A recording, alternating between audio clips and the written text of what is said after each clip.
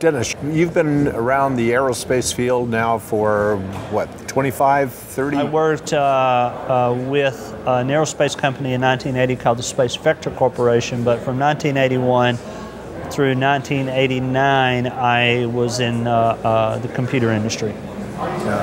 Worked in various sundry microcomputer, artificial intelligence, high-capacity disk drives, all that work. Back then, when the Homebrew Computer Club was around in Palo Alto, I was hearing your name back then associated with the I used to come to the San Jose swap meets and sell computers. I would buy computers at fire sales from my company, fix them, buy them for $100, come up here and sell them for $5,000. And then also at the Cow Palace. And so I used to know a lot of those guys way back in the day. Looking over the span of the industry, has it progressed as you thought it would? Has it progressed as I thought it would? No, I used to think that government was far more rational than it is. But after studying history and being a part of all of this, government is as government is, and it's not going to change. And no, it doesn't progress the way it should have. If we had enlightened leadership, this is what happens when lawyers run nations. What about today's environment is encouraging or discouraging? Well, it's both directions right now. Everything is in chaos, and I guess in chaos there's opportunity.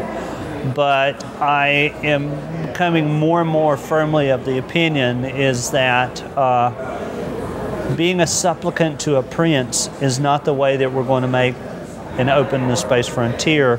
It's going to be through hard capitalism, and it's just governments don't understand, and that's just the way it is.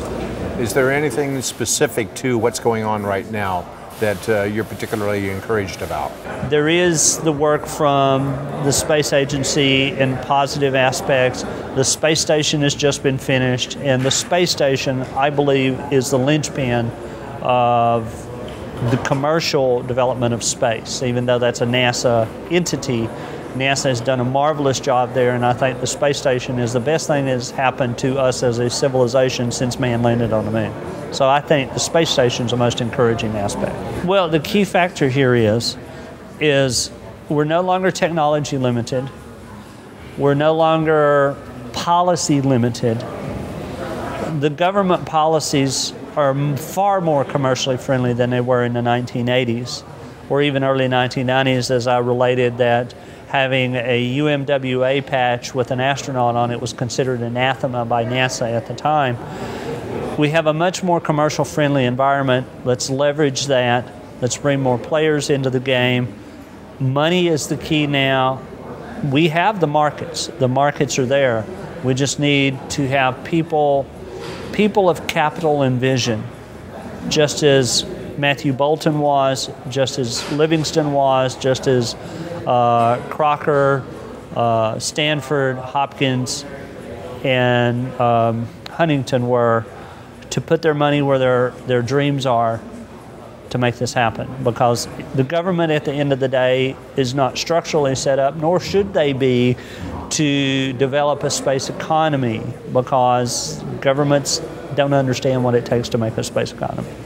Let's move forward, and let's not be so dependent on the government dole in our own society here. Let's continue to push the private frontier forward.